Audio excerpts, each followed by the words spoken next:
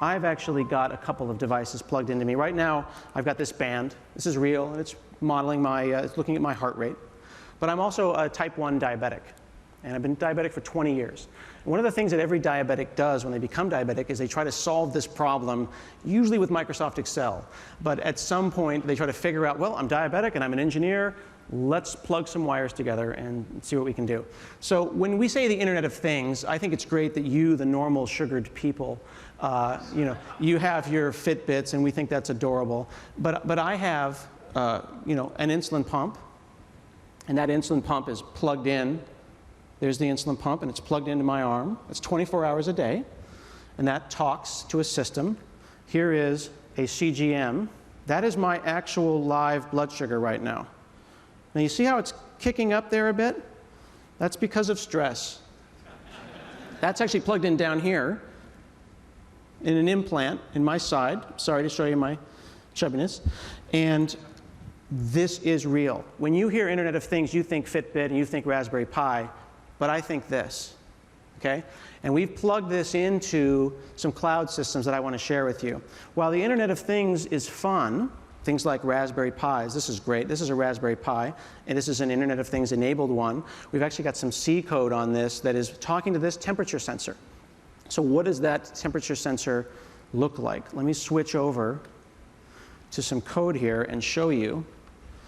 This is some C code inside of Visual Studio. This is the low-level stuff. C code makes your eyes blur a little bit sometimes. What you need to know, people who are wearing suits, is you've got IoT Hub, and you have Azure devices. So the takeaway there is that that's cloud enabled. But for the developers that think this is crazy, I want you to notice that we've actually got a Visual Studio plugin to do remote debugging of things like Raspberry Pis in Visual Studio. So whether it be high level, updating hundreds of thousands of objects, or whether it's low level and doing remote GDB debugging to a Raspberry Pi, we can do that. Now let's talk about my system. Let me bring back to the slides here for a moment.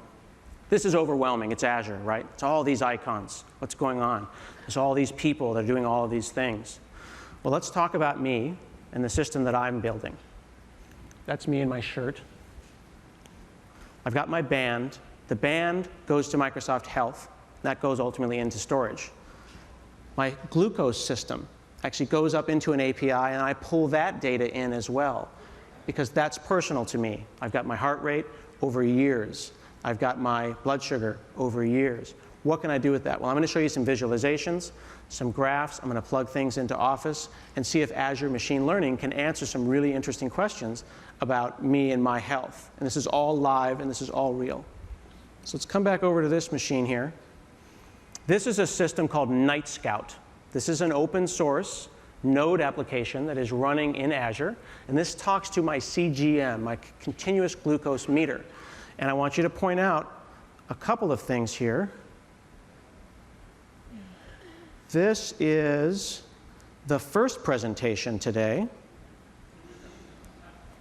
And this is now.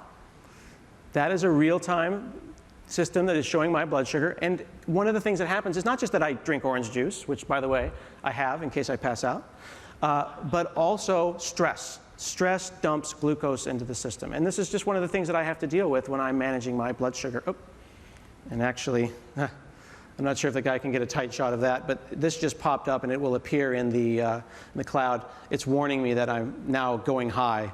So in a second, the website is also going to announce, and then I'll get a notification on my band and on my watch, and then people are going to start calling me, and then it'll be scary.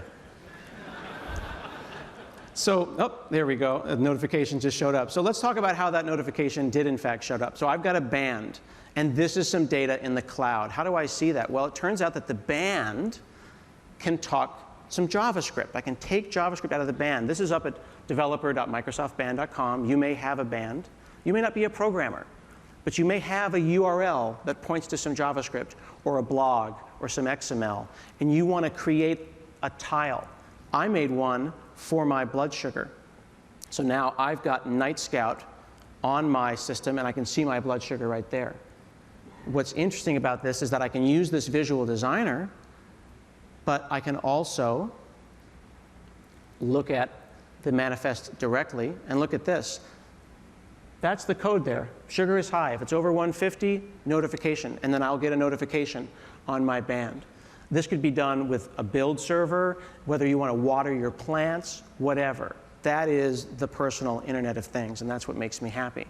But let's think about this. Once my blood sugar is in the cloud, what else can I do with it?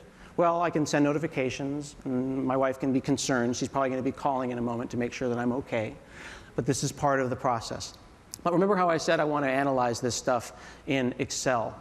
Well, it turns out that I'm not very good at VBA, Visual Basic for Applications, right? Remember that 80% of the world's business logic runs in Excel. I think that's a fact.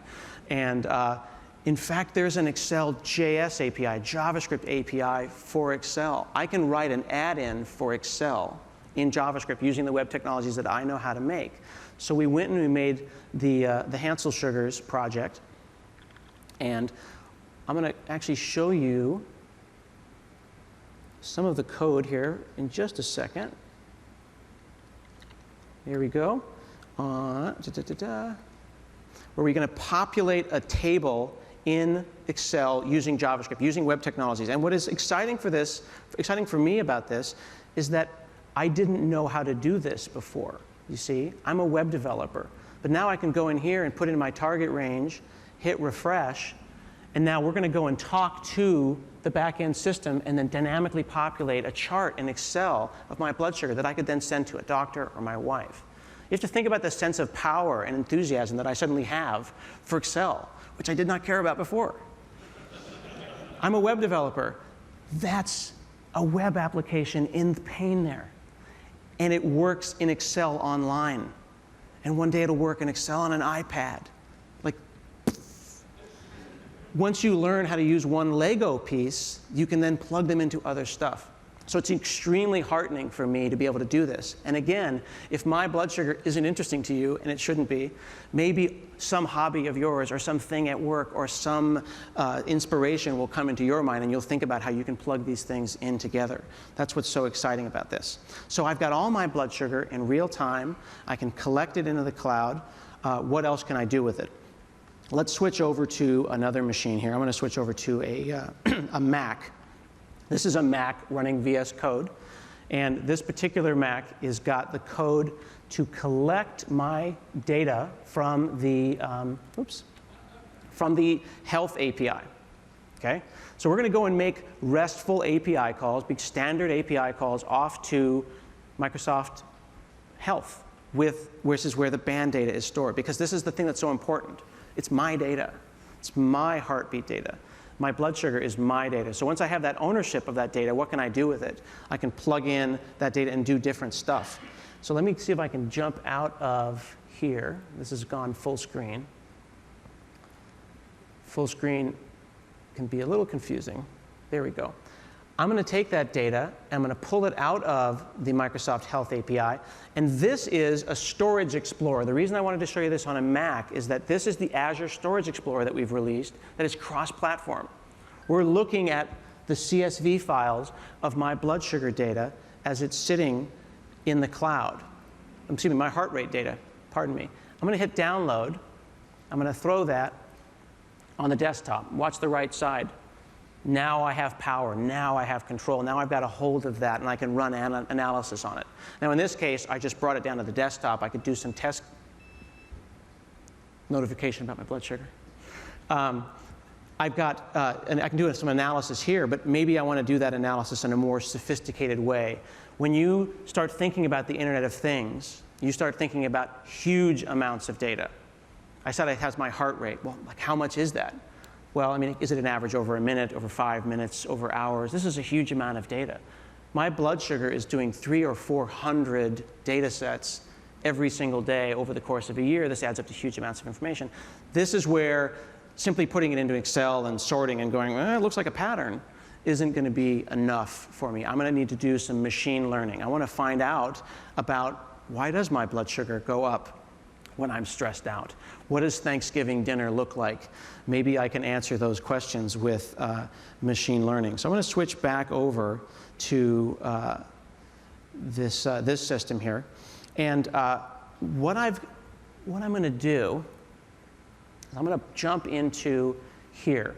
This is a machine learning kind of algorithm that I've put together, an experiment, if you will, to pull in data from the heart rate on the right there from Azure Storage and the glucose data, and I'm going to come up with a stress index. I'm inventing a number. It's the Hanselman Stress Index.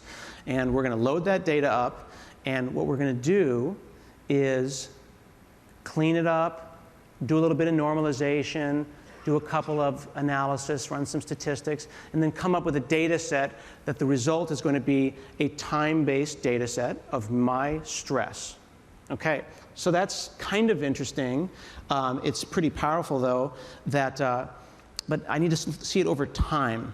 So how would I express this over time, and what value is there in it? Well, there is this API in Office 365 and all of Microsoft called the Graph API, right? The Microsoft Graph, graph.microsoft.com.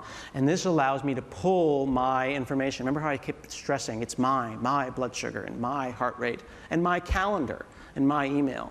I want a unified API to go and get those things. And the Graph API, and you can see there at graph.microsoft.com, allows me to make those requests. So what if we looked at my blood sugar and my stress and my heart rate over time, overlaid on an Office 365 calendar? That could give us some insights. And again, I don't know anything about this stuff. This is what's so important and why as a developer this is so exciting. I know JavaScript, I know the web, I know C#, and now I'm feeling comfortable about the cloud. But when I see, hey, this is an API and it uses JavaScript and I can access all of the graph data in Microsoft, that's amazing. That's a playground of excitement. So I can go and build this, get a start date and an end date. This is all standard parsing of JSON, parsing of JavaScript, all using the Graph API. Let's go and see what kind of a question that could potentially answer. So here is my calendar, the stress index as it applies to calendar data. Let's click on one. This is all real. Okay, so here's glucose is updating. I can see the different rehearsals, and I can see heart rate and sugar and stress changing. I can actually run queries and see the result of that machine learning and ask the really burning question, the question that we all have, which is what is the most stressful person in my life that is causing these problems and raising my blood sugar?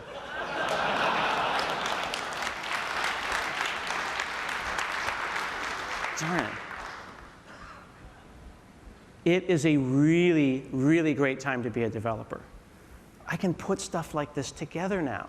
It is an extremely personal time. It is an extremely empowering time. You know how we keep telling everyone, teach the kids how to code.